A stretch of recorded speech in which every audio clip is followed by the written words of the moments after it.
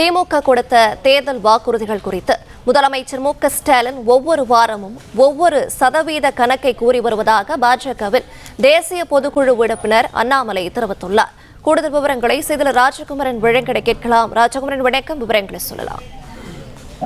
ஆசிரியர் அமைப்பை சார்ந்தவர்கள் தொடர்ந்து 15 நாட்களாக போராட்டம் நடத்தி வருகின்றார்கள். ஒரு பக்கம் பகுதி நேர ஆசிரியர்கள் தங்களுடைய கோரிக்கைக்காகவும், மற்றொரு பக்கம் இடைநிலை ஆசிரியர்கள் தங்களுடைய கோரிக்கைக்காகவும் தொடர்ச்சியான போராட்டங்களை நடத்தி வரக்கூடிய சூழலில் தான் பாஜகவினுடைய முன்னாள் மாநில தலைவர் அண்ணாமலை வெளியிட்டிருக்கக்கூடிய இந்த பதிவிலே திமுக தன்னுடைய வாக்குறுதிகள் குறித்து ஒவ்வொரு வாரமும் ஒவ்வொரு சதவீத கணக்கை கூறி வருகின்றார்கள். ஆனால் பகுதி நேர ஆசிரியர்கள் தங்களுக்கு கொடுத்த தேர்தல் வாக்குறுதியை முதலமைச்சருக்கு நினைவூட்டுவதற்காக வாக்குறுதி எண் 181 தங்களுடைய நெற்றியில் எழுதி சென்னையிலே போராட்டம் நடத்தி கொண்டிருக்கின்றார்கள்.